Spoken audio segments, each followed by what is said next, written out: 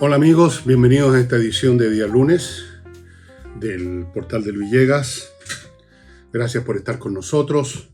No olviden, lo primero que voy a decir esta vez, para que no se me olvide, mi libro Resurrección, que lo está esperando. Yo creo que viene muy a cuento porque en 3 días más hay un cambio de gobierno y todos esperamos que haya una resurrección del país, no exactamente como lo conocimos, sino que a lo esencial de nuestra identidad, para de ahí hacer las mejoras necesarias, pero sin esta intención delirante que tuvo el gobierno que se va, de refundarlo todo, o de algunos sectores de este gobierno que fueron muy delirantes, de refundarlo todo, de partir de cero, y todo esto para construir una ruca miserable que afortunadamente no ocurrió. Esa idea fue derrotada en su momento. Así que viene muy a cuento. Esto está en elvillegas.cl/tienda, segunda edición, junto con Para no tirarse por la ventana, también segunda edición. Y no olviden que este programa es auspiciado por el corredor Ángel Hey, muy efectivo, se hace cargo de pocas cosas y por lo tanto concentra sus esfuerzos, que son de lunes a domingo. Así que si quiere vender o arrendar lo suyo, póngase en contacto con él. Remodeling, empresa de puros profesionales, pintores profesionales, arregladores y cambiadores de parquet, mueblistas especialistas en muebles de cocina, arquitectos, puros profesionales de una empresa que está ahí, responde y hace un trabajo adecuado en todas esas especialidades que le he mencionado. Y para los que quieren eliminar algunas cosas feas de su cuerpo, como la celulitis, el método EVE, traído de Corea del Sur, que se imparte en 3 locales, uno en Vitacura, otro en Concón y otro en Los Ángeles. Pónganse en contacto y vean lo que pueden hacer por usted. No sirve la gimnasia ni el deporte para eliminar la celulitis, por ejemplo, y otras muchas cosas. Bueno, hace rato que a mí me pasa lo que a otros, de tratar de entender por qué, cómo ha cambiado el eje conceptual de un conocido y respetado columnista, don Carlos Peña, hombre académico además. Yo no sé si tiene todavía un cargo en la Universidad Diego Portales, pero lo tuvo en un momento dado, era el rector, me parece, un hombre que vivía en el mundo académico, un académico. Y sus columnas de los últimos tiempos me ha parecido a mí y a otros que hay un cambio de eje, que no sabemos cuál sea su origen. A lo mejor vio la luz, no tengo idea.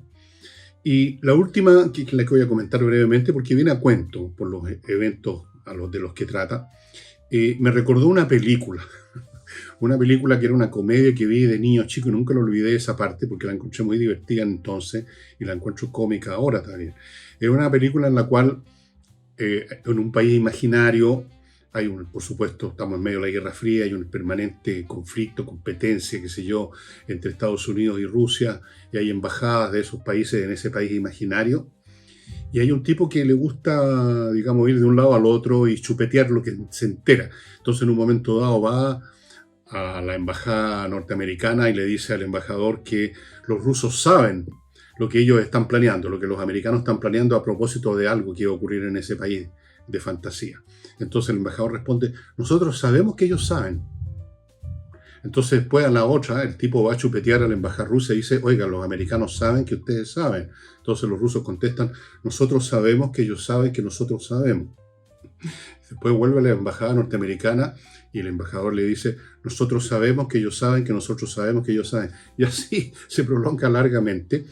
Y esto me lo recordó la columna de Peña en relación a la conversación que no existió en realidad, a la relación entre Boric y Kass en función del tema del cable chino, del cable de fibra óptica.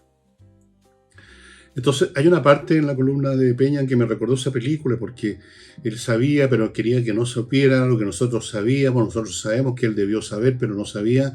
Bastante enredoso, se entiende, pero un poquitito cantinflero a nivel académico, eso sí, porque hay cantinfleos de todos los niveles, por supuesto. Y el argumento básico de Peña es de que, por un lado, Boric no quería realmente informar del asunto completamente y ni siquiera parcialmente, porque es vergonzoso políticamente hablando, por lo que hemos sabido todos después, porque las cosas se han ido sabiendo. Sabemos que él tenía que saber, como presidente de la República, todos estos elementos que nos hemos enterado nosotros después, y le era vergonzoso políticamente comunicárselo abiertamente a Kast, y por lo tanto habría farfullado, habría sido vago, habría sido incompleto, etcétera, etcétera, etcétera. No quería comunicar. Y agrega Peña, a su vez, Kast no habría querido que se le comunicara completamente el asunto. Habría querido hacerse el desentendido, el que no sabía lo que le iban a decir, no sabía nada.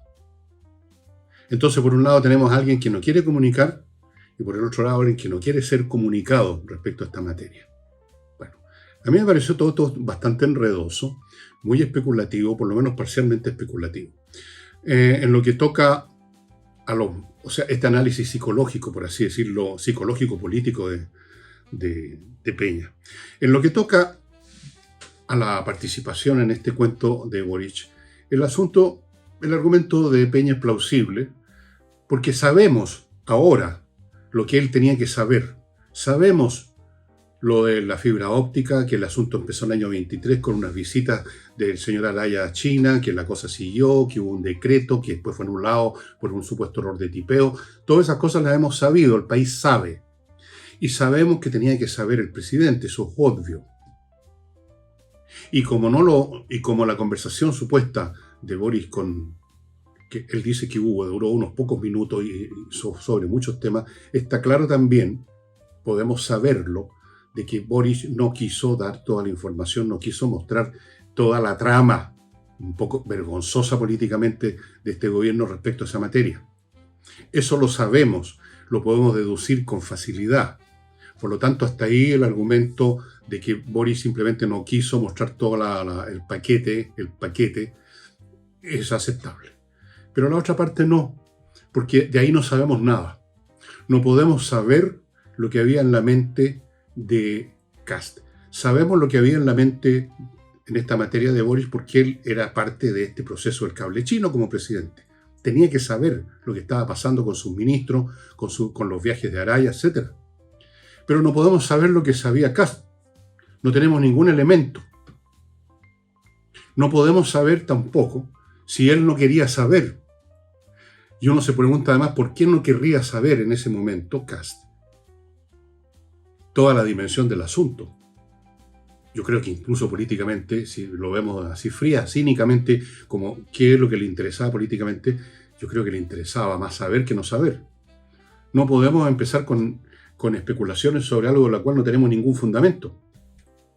Más todavía, lo he dicho en nuestro programa, conocemos el currículum de ambos, o por lo menos conocemos bien el currículum de uno. Sabemos que el señor Boric ha sido vago, oscuro, ambiguo, por no decir mentiroso en muchas ocasiones, que ha dicho que no sabe de esto, que no sabe lo de más allá, el tema, por ejemplo, los indultos de los delincuentes, que no sabía, después que sí, pero que no, después está el tema de Monsalve. O sea, conocemos ese currículum, podemos decir, este hombre está acostumbrado a mictificar, a no decir la verdad, a faltar a la verdad, como dicen los políticos, de frentón, de mentir, de hacerse el cucho y de correrse. De Kast no sabemos nada en esa materia. En una de esas tan mentiroso o tan ambiguo como Boris, pero no lo sabemos. De él no sabemos esa parte. Entonces, esta especie de empate que hace Peña entre uno que no quiere decir y el otro que no quiere escuchar es no solo especulativo, es cantinflero. En el final de su columna, él trata de adjudicarle más responsabilidad a Boris porque mal que mal es el presidente de la República. Pero queda la sensación que básicamente, porque eso fue la última línea, básicamente está empatando una situación en que no hay ningún empate. Y uno se pregunta una vez más qué pasa con las columnas de Peña que han caído en esta práctica que los norteamericanos llaman la del spin doctor, el hombre que está a cargo, o la mujer que está a cargo de dar vuelta a las cosas. Spin, o sea, hacer girar para que parezcan menos malas de las que son. Lo ha hecho en varias columnas y en esta el asunto aparece muy desnudamente. Con esta cosa del, bueno, pero él sabía, pero nosotros sabemos, pero él que no quería saber de lo que sabíamos, una cosa bastante, pues hombre, pues, ¿no? Bueno, muy curioso.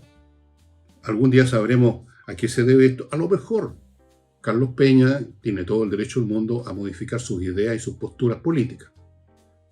A lo mejor tiene una información que nadie de nosotros conoce. tal vez todo lo que ha hecho o no ha hecho Boris hasta el momento es porque tiene información sobre una inminente invasión extraterrestre que requería hacer estas cosas. Vaya a saber uno. Voy a entrar en la lógica de Peña. Nosotros no sabemos lo que él sabe, que pues, tal vez sepa este otro, que lo encuentro raro. Lo encuentro raro.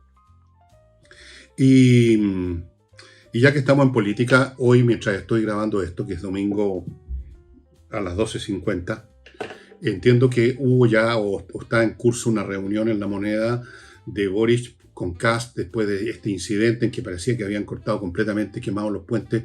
Bueno, aquí supongo que pesó más la responsabilidad republicana. Tratemos de pensar en buena, en ambos. Y decidieron reunirse y vamos a ver qué pasa en esa reunión. A lo mejor yo estoy en este momento grabando y la reunión terminó de la peor todavía que la anterior. No sé. Pero siguiendo con la política, el sábado el gobierno se despidió de sus parciales, de su claque, en un evento que tiene ciertas características similares a un funeral. Fue el funeral del régimen. Fue el funeral de las ilusiones de refundar la República, de llevar a Chile al estado de bienestar.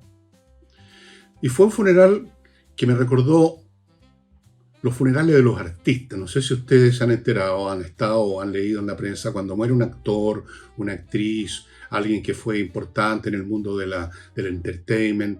Por supuesto van sus colegas al funeral y lo que yo he visto, lo que he leído, es que lo aplauden cuando llega el cajón.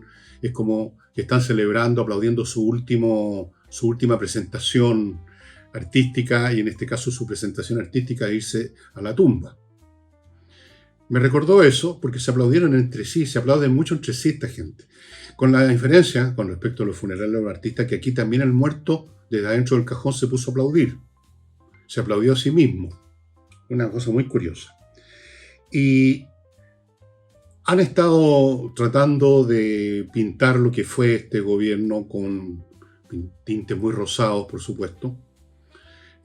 Algunos, bastante, diría yo, con sentido del humor, habló de los 1000 avances. Es un número que sirve, es un número que tiene una carga simbólica, aunque no sean 1000, aunque no haya ninguno. Los 1000 avances.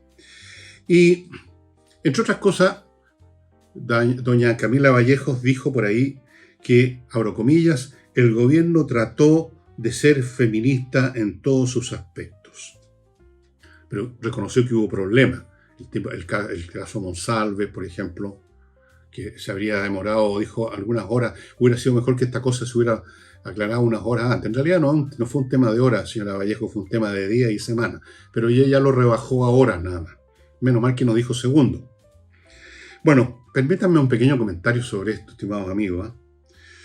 En primer lugar, un gobierno no tiene que ser feminista, como tampoco tiene que ser partidario de los hombres, o de la sexualidad alternativa, o de los pueblos, los supuestos pueblos originarios, o de los habitantes de Magallanes, o de los habitantes de Santiago, o de la provincia, o de la región metropolitana. No tiene que ser partidario de ningún grupo en especial, o de ninguna causa. Un gobierno tiene que ser partidario de la nación, del país. No tiene que tratar de ser ninguna cosa salvo nacional.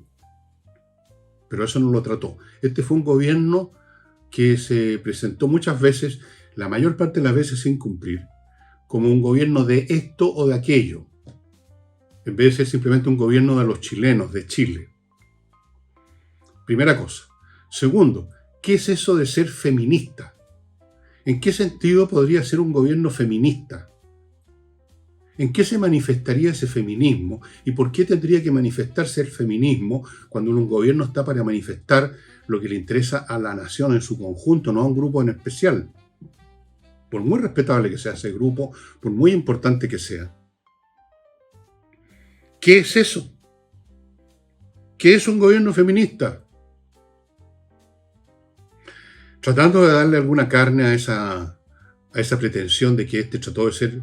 Y además, ojo, los gobiernos no tienen que tratar de hacer esto o lo otro, tienen que hacer, no tratar.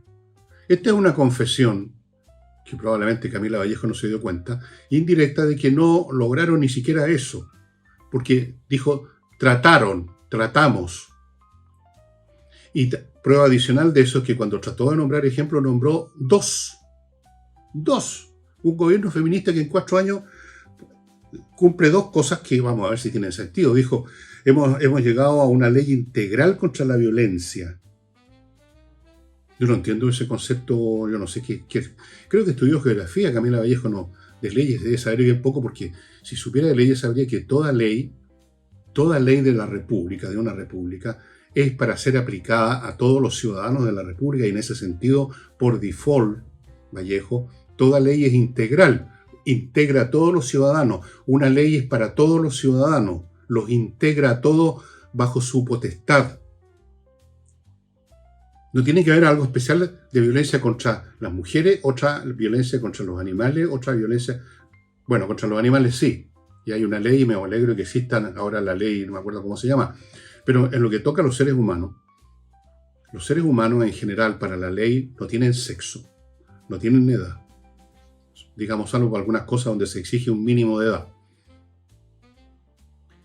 La ley integral contra la ley. Y la otra fue el proyecto Sala Cuna, que se quedó en proyecto. Porque es un mal proyecto tal como lo conocemos, y por eso no ha sido aprobado. Si no habría sido aprobado, ¿quién tendría algo contra un proyecto Sala Cuna a menos que esté mal diseñado? Eso fue todo lo que pudo mencionar Camila Vallejo de su gobierno feminista. O más bien dicho, del gobierno que trató de ser feminista. Bueno, este gobierno trató muchas otras cosas. Trató, por ejemplo,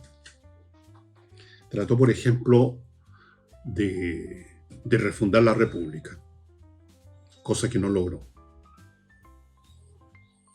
Los gobiernos no están para tratar, están para hacer, para realizar, para lograr, y para todos los chilenos, para la nación, y no para tal o cual grupo. Y dentro del mismo espectáculo de funeral con este muerto que se logró aplaudir a sí mismo, Boric fue exactamente lo que hizo con una serie de frases, una de las cuales, la última, que ha sido muy comentada, dijo: me voy con la frente en alto y las manos limpias. En primer lugar, no debiera personalizar.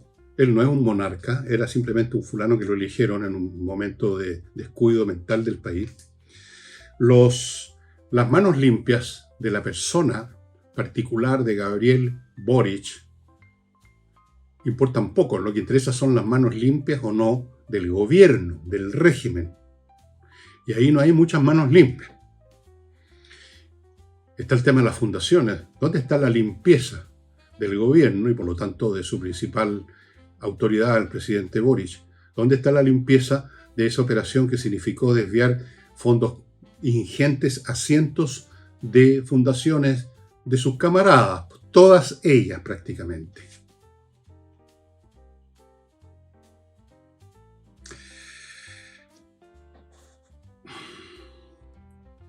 No hay manos limpias en esta materia. Porque además pareciera estar asumiendo en la frase Boric de que él no robó. O sea, está reduciendo este concepto de manos limpias o su contrario a si se metió o no se metió las manos en el cajón. Bueno, primero, mucha gente de su gobierno metió las manos en el cajón, desde luego las fundaciones. Primera cosa. Segundo, con manos limpias no nos referimos solamente a el robo, digamos, de dinero, sino que a todas las conductas que haya llevado a cabo un gobierno. Las manos limpias no son simplemente no robé nada, no me quedé con nada, sino hice bien las cosas, cumplí con lo que prometí, llevé el país a una mejor situación. Ahí no tiene manos limpias el gobierno.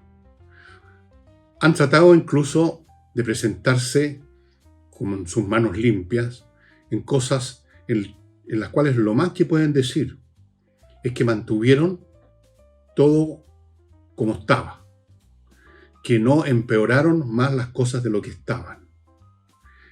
Eso es una muy pobre razón para considerar que se está con las manos limpias. Hay datos económicos concretos, estimados amigos, que ustedes quizás han experimentado en carne propia. Veamos, el crecimiento anual promedio de este gobierno de manos limpias fue del 1,9, que es la nada misma. De hecho, este es el segundo peor gobierno en materia de crecimiento. ¿Cuál fue el primer gobierno, el peor de todos en materia de crecimiento? Otro gobierno de izquierda, el de la señora Bachelet, en que en el promedio de su periodo creció un 1,8. Con Boric subimos una décima, 1,9. Ahí están los gobiernos de izquierda. Más claro imposible. Después tenemos el tema del balance fiscal.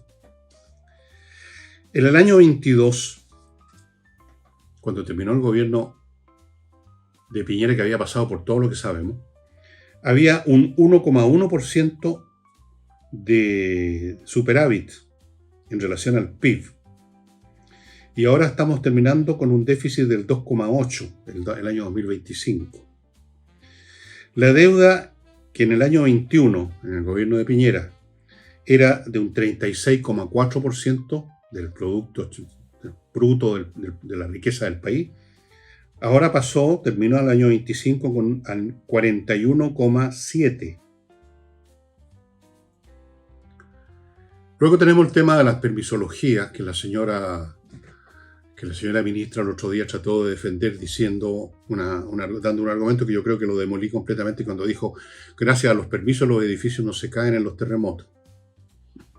Un argumento muy tonto, porque creo que haber demostrado claramente que no tiene nada que ver una cosa con la otra. Un permiso para los edificios que han cumplido con una ley antisísmica que todos conocen, que es específica, precisa y que se comprueba en un minuto, o en una hora, o en un día, comparado con los permisos que dan o no dan a lo largo de años y que se renuevan, que no se sabe exactamente cómo van a cambiar en la próxima pasada los permisos, o más bien dicho, las exigencias ambientales. Bueno, la permisología fue otro de los elementos que obstaculizaron el crecimiento gravemente, parando una multitud de inversiones. Eso no son manos limpias tampoco. Entonces, luego tenemos las amarras que han llevado a cabo con funcionarios públicos. O sea, tratar de dejar a su gente metida adentro para que sabotee, para que facilite, supongo yo, el retorno en gloria y majestad del señor Boric o de algún otro personaje de la izquierda. Eso tampoco son manos limpias, todo lo que han estado haciendo. Así que él puede salir si quiere puede poner la frente en alto, no cuesta nada, es cosa de levantar la cabeza. Pero eso no significa nada, la frente en alto. Una frase cliché, estoy con la frente en alto, o sea, lleno de dignidad, no he cometido ningún pecado.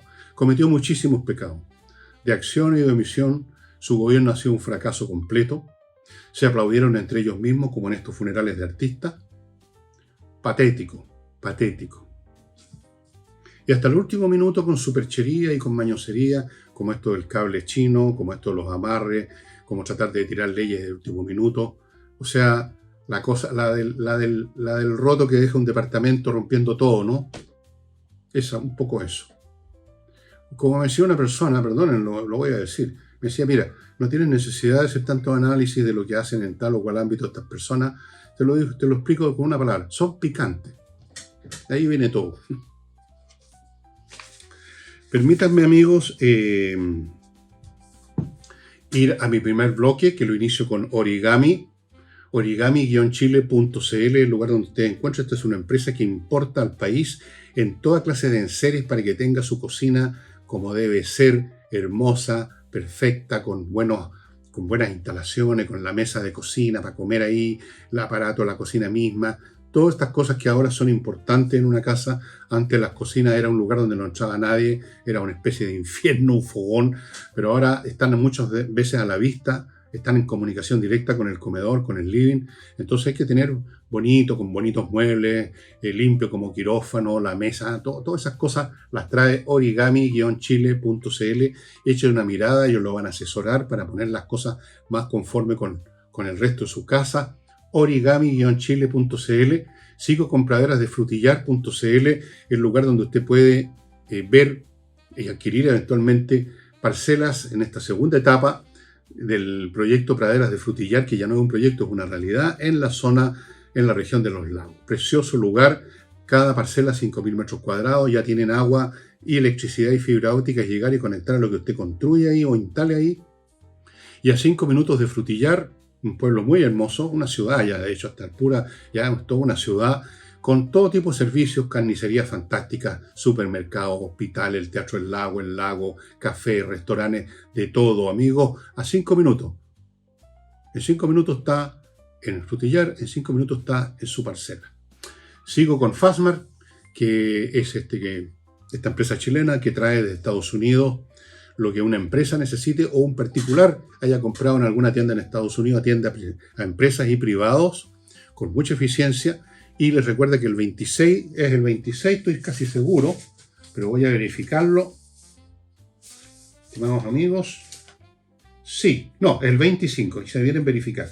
El 25 de este mes, en el Hotel Diego de Almagro en Antofagasta, a las 4 de la tarde, hay un meeting gratuito, pero tiene que inscribirse en el sitio de ellos para informarlo a usted y contarle las maneras más eficientes para importar. Cuándo importar por avión, cuándo importar por barco, de qué manera hacerlo, todas esas cosas.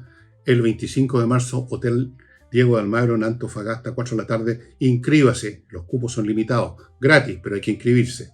Y termino con AutoWolf, la empresa que va a su casa y en 24 horas deja como nueva la carrocería de su vehículo. Garantizado por mí porque lo hice. Y el auto queda como nuevo en la carrocería. Ahí usted lo puede vender en mejores condiciones o usted puede estar usando su automóvil que no parezca una cacharra. En fin, delante suyo, amigo, en 24 horas. Bien.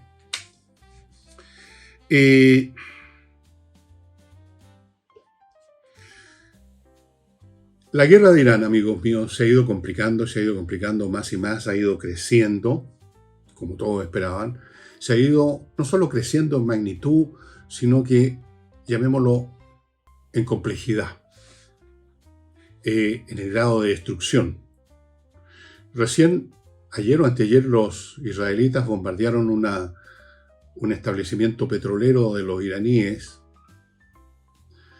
Los iraníes, a su vez, han estado bombardeando establecimientos petroleros de países árabes. Los norteamericanos en este momento han entrado en una fase de demolición mucho más grande. Primero usaron aviones como los jets, F-35, F-15, etcétera, para destruir los sistemas antiaéreos de radar y de todo ese tipo de cosas que permiten la defensa. Después llegaron los bombarderos B-1 a bombardear ciertas instalaciones específicas. Y ahora que tienen el dominio completo del espacio aéreo y que la defensa antiaérea iraní está por los suelos, han traído la artillería pesada, llamamos así, por los famosos B-52, unos bombarderos capaces de cargar 35 toneladas de munición, del tipo que sea, y que están ahí para terminar el trabajo, digamos, para terminar de pulverizar lo que ya está semidestruido por los ataques previos. Y que ahora, eso no son aviones capaces de eludir el radar, no son aviones stealth, aviones que no detectan el radar, son aviones detectables y pueden ser derribados si hay artillería antiaérea o cohetería antiaérea. Pero ya no hay en Irán. Así que están ahora estos bombarderos aniquilando todo lo que se pone por delante de los blancos escogidos. Estos no son bombardeos como los de la Segunda Guerra Mundial, en que se bombardeaban áreas. En otras palabras, se bombardeaban ciudades completas dejando caer bombas de gravedad, o sea, bombas que se dejan caer y que caen quizás en el blanco y quizás no. La mayoría de las bombas que se usaban en la Segunda Guerra Mundial nunca le pegaban al blanco, iban a dar a cualquier otro lado, y de ahí más de 1 millón de alemanes murieron en los bombardeos norteamericanos.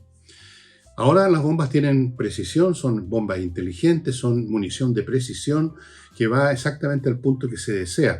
No están bombardeando en general las ciudades, por ejemplo, no están bombardeando en general Teherán. Cuando ustedes vean videos en YouTube o en las noticias de explosiones en Teherán, no son explosiones en cualquier parte que dejaron caer bombas para matar gente así de forma indiscriminada. Están bombardeando tal o cual instalación militar o política del régimen clerical. Por eso que usted al mismo tiempo puede ver que una cosa muy curiosa, mientras usted está viendo una explosión en un video en Teherán o una columna de humo que brota en un punto en la imagen, en el otro punto usted ve a la gente que está entrando y saliendo con bolsas del pan, digamos. No es un bombardeo masivo de la ciudad, es un bombardeo masivo de puntos de importancia político-militar, y eso lo están haciendo ahora con mayor abundancia y con una mayor destructividad con los bombarderos B-52. Irán, por su parte, que en un momento dado su presidente dijo: pedimos perdón a los países del Golfo Arábigo que le hemos bombardeado. A los 5 minutos estaban de nuevo bombardeando, señal de que está en Irán sucediendo lo siguiente. La autoridad civil, llamémosla civil clerical, representada por ese presidente, ya no pincha ni corta. En la práctica, en este momento, los que están gobernando Irán son los militares, y específicamente la Guardia Revolucionaria. Es, por así decirlo, una junta militar la que está gobernando Irán. Y esos no se van a rendir. Si Trump o alguien en la Casa Blanca pensó que con un grado X de destrucción masiva se iban a rendir, parece que nunca entendieron la naturaleza de un régimen clerical, o sea, un régimen ideológico. Un régimen ideológico como era el de Hitler, el régimen nazi, no se rinden. Llegan hasta el final. Bueno, y hasta ese final entonces va a llegar la cosa, con Estados Unidos bombardeando ya a Phoenix y lo mismo los israelitas. Los iraníes siguen en su estrategia de tratar de hacer el máximo daño económico posible a nivel mundial, cerrando el estrecho de Hormuz. Prácticamente está cerrado. Los barcos que intentan pasar los bombardean con los drones. Es una tecnología que aparentemente los americanos no tomaron demasiado en cuenta, a pesar de las lecciones de la guerra ruso-ucraniana.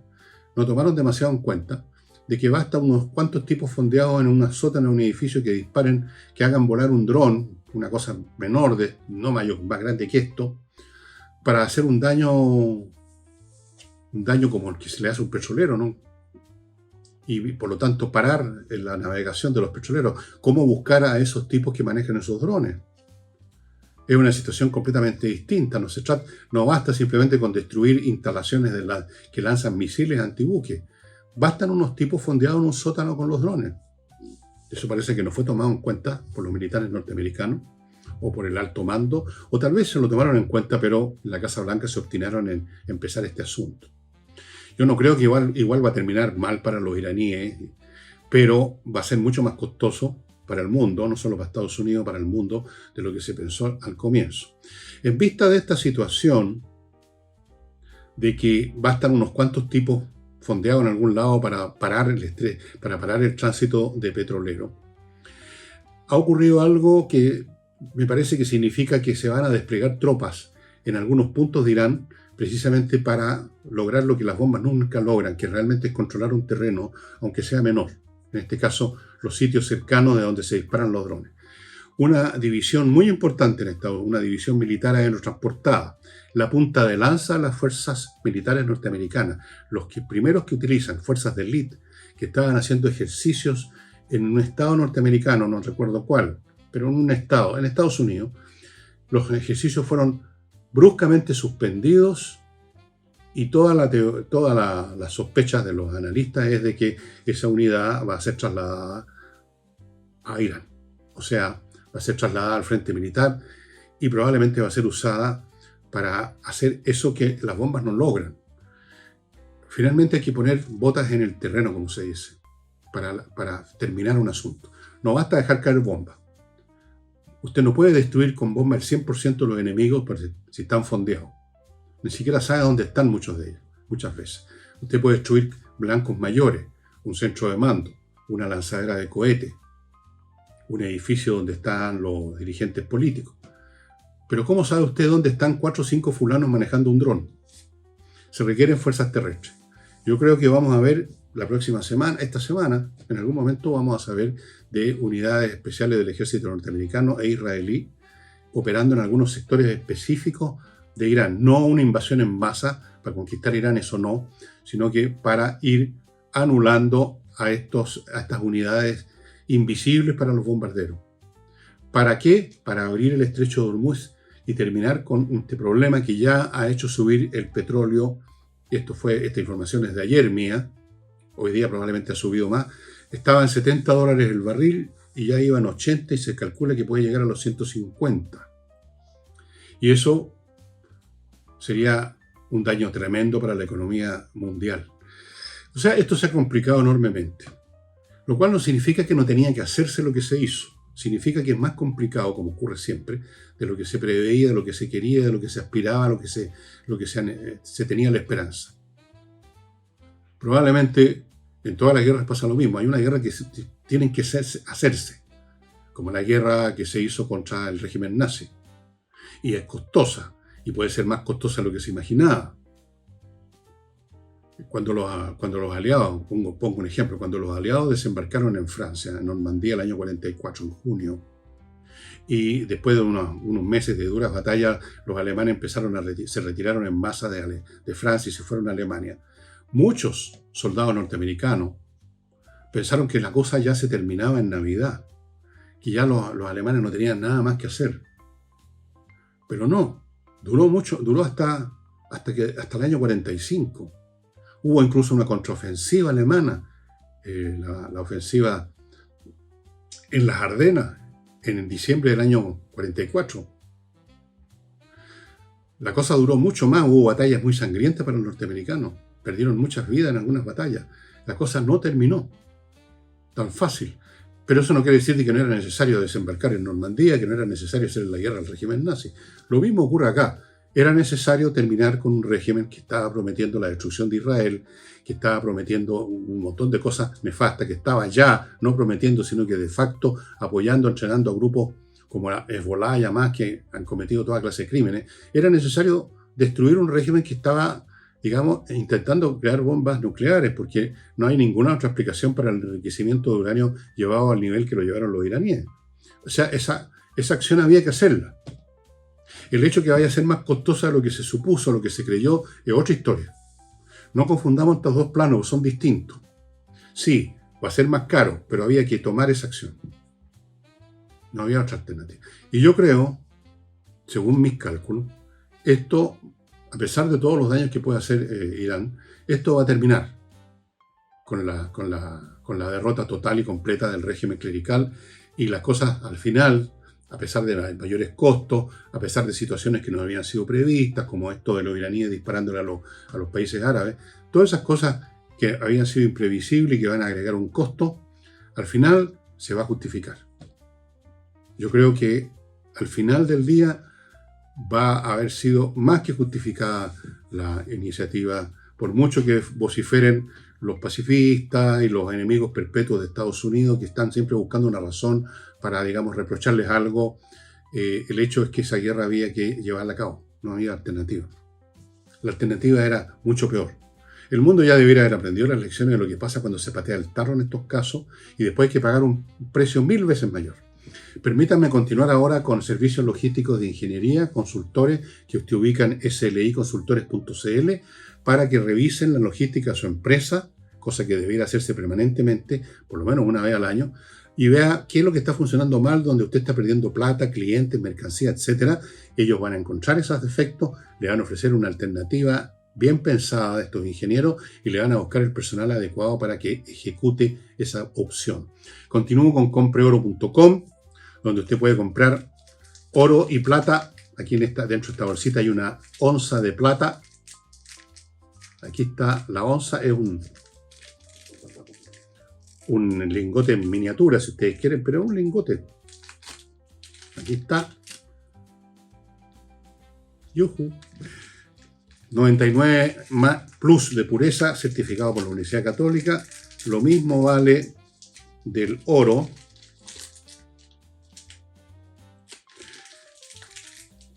No existe una persona más torpe con sus manos, estimado amigo, que vuestro servidor.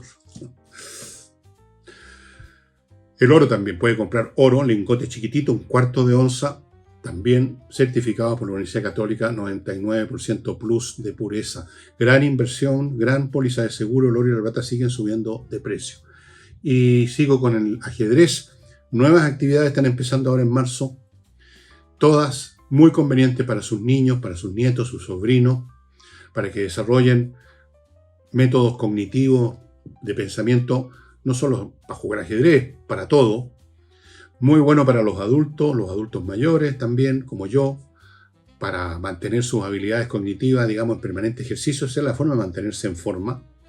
Si usted se deja estar, digamos, se va a poner huevón, perdónenme, pero eso es lo que se va a poner lento. Así es que, ya saben, pónganse en contacto, ahí está el teléfono, que es un WhatsApp, y pregúntenle a Pablo Tolosa qué cosas tiene en vitrina para que usted contrate uno de sus cursos que son súper entretenidos, son todos online, no hay ningún problema. Sigo con el flamenco, flamencas.cl, un sitio donde usted ubica a un grupo de artistas del flamenco y se pone en contacto con ellos para que lo organicen, le amenicen una función privada en su casa, en un local que usted arrendó, donde usted quiera, para un matrimonio, para un bautizo, quizá para un cumpleaños, para una reunión de parientes, los primos, los tíos. También están disponibles para empresas que en algún evento quieran contar con un número distinto, original y hermoso. Están disponibles para toda clase de restaurantes, no solo Casa del Jamón. Amigos, pónganse en contacto en flamencas.cl. Y ya que estamos en la sección comercial, permítanme decirles que recibo con mucho gusto un nuevo auspiciador, La Bollería, cuya dirección ustedes están viendo. Estos son banqueteros, y nosotros los conocemos. Nosotros conocemos a las personas de esta empresa chiquita, muy eficiente, que está a disposición de ustedes para que tengan un excelente banquete en el clase de eventos que sea. Un matrimonio, una reunión familiar también, lo que sea, donde usted quiere tener un banquete pero de primera. Ahí está La Bollería, ahí está la dirección, atienden acá en Santiago, amigos, fantásticos, se lo garantizo personalmente, conozco a la persona que organizó esta empresa, la Roma se llama, Roma, cocina delicioso. Y si usted quiere organizar algo rico sin tener que estar un poco jugando hacia la ruleta, a ver a quién llamo para que me haga toda esta cuestión, porque si lo hago yo no puedo, es mucho. La Bollería, estimados amigos. Sigo con Controller, una empresa que está a disposición de otras empresas para un montón de cosas importantes para toda empresa, como son simplemente un estudio contable que lleve a una contabilidad perfecta, que optimice el pago de impuestos, que mejore los procesos administrativos. Y estamos hablando de una empresa con 20 años de experiencia, incluyendo servicios dados a multinacionales.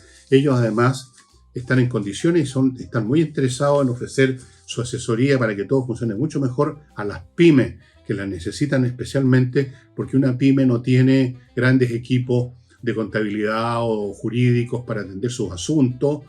Lo sé personalmente porque la mía es una pyme. Entonces, que una empresa se haga cargo de eso y que todo quede bien es ideal. Controller lo ubican en controller.cl.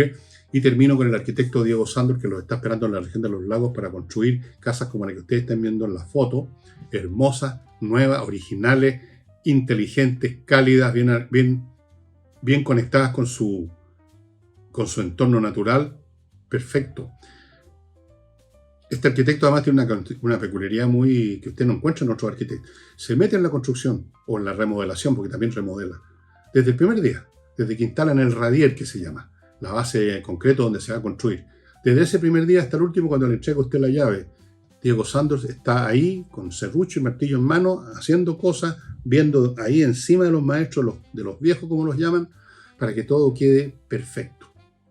Yo conozco personalmente esas casas, he estado en ellas, es perfecta. Bien, ¿qué va a pasar con la guerra entre Irán y Estados Unidos e Israel? Bueno, yo lo que les dije antes, creo que esto va a terminar, digámoslo entre comillas, bien, hasta donde pueden terminar bien las guerras, pero a veces no hay otro remedio que amputar la gangrena, ¿no es cierto?, en la pierna. Con todas las complejidades adicionales que puedan haber brotado, que van a brotar y que eran imprevisibles, pero va a terminar como debe terminar. No había alternativa. No había alternativa. Si se hubiera esperado más, tarde o temprano, los iraníes habrían salido, oigan, tenemos una bomba atómica ahora y la podemos hacer estallar cuando queramos. ¿Cómo lo van a impedir ustedes? Así es. En cuanto a la guerra ruso-ucraniana, bueno, todo sigue más o menos igual, con la diferencia. O sea, esto ya se los conté, los ucranianos están haciendo pequeñas y medianas contraofensivas en distintos lugares. El ejército ruso sigue perdiendo bajas catastróficas. Más y más deserciones se están multiplicando, las deserciones se están multiplicando, el clima de sospechas y de problemas y de purgas dentro del Kremlin. La economía rusa, a pesar de que tienen ahora este incentivo de que van a poder vender su petróleo nuevamente a muy buen precio, porque los norteamericanos le dieron la venia a India para que compre otra vez petróleo a Rusia.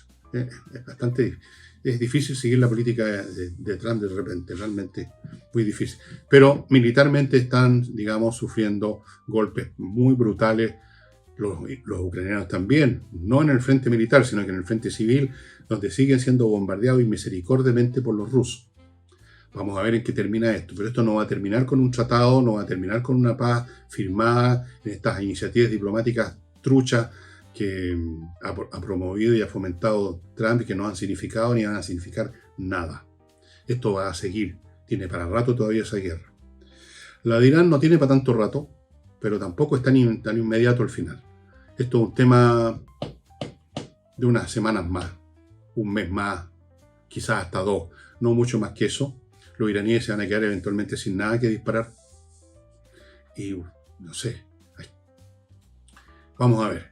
Hay muchas cosas que pueden suceder todavía en ese frente.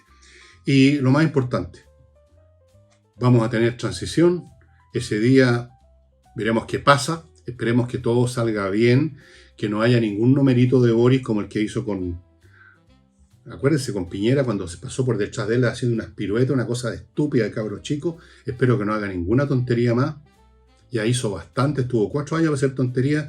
Por último, en los últimos 3 días, no haga nada. No haga nada, por favor. Entregue la banda presidencial y váyase a preparar su próxima campaña presidencial si quiere, pero deje en paz a la transición, que sea bien. Y de ahora en adelante, estimados amigos, bueno, vamos a tener que analizar qué va a ser el próximo gobierno. Esperemos que le vaya muy bien. Cualquier cosa, las falencias yo las voy a criticar igual que si fueran de Boris. Yo no voy a cambiar mi postura de estar siempre preocupado de lo que es bueno para nuestro país, para nuestra familia, para mi familia, para su familia, para mis compatriotas, para los chilenos. Para los chilenos, no para tal grupo político. Me importa un huevo el grupo político que está. Mientras lo haga bien, aplaudiré. Si lo hace mal, pifiaré. En eso voy a estar. En eso. Como decía un amigo mío cuando le preguntaron, ¿tú tienes prejuicios raciales? Decía, no tengo prejuicios, odio a todo el mundo por igual. Bueno, yo no tengo prejuicios, voy a critico y examino lo que hacen a todo el mundo por igual. Y antes de irme, les recuerdo una vez más, perdónenme, Resurrección, que los está esperando. Menos ejemplares cada día que pasa se van yendo y no va a haber una tercera edición. Resurrección y Para no tirarse por la ventana también en su segunda edición. Eso sería todo, estimados amigos. Mañana martes estaremos, como es costumbre, con Nicole Rodríguez y esta va a ser una semana bien movida con esto de la transición. Vamos a ver qué pasa. Esperemos que no pase ninguna huevada, digamos. Perdonen el chilenismo, pero como que viene a cuento, ¿no?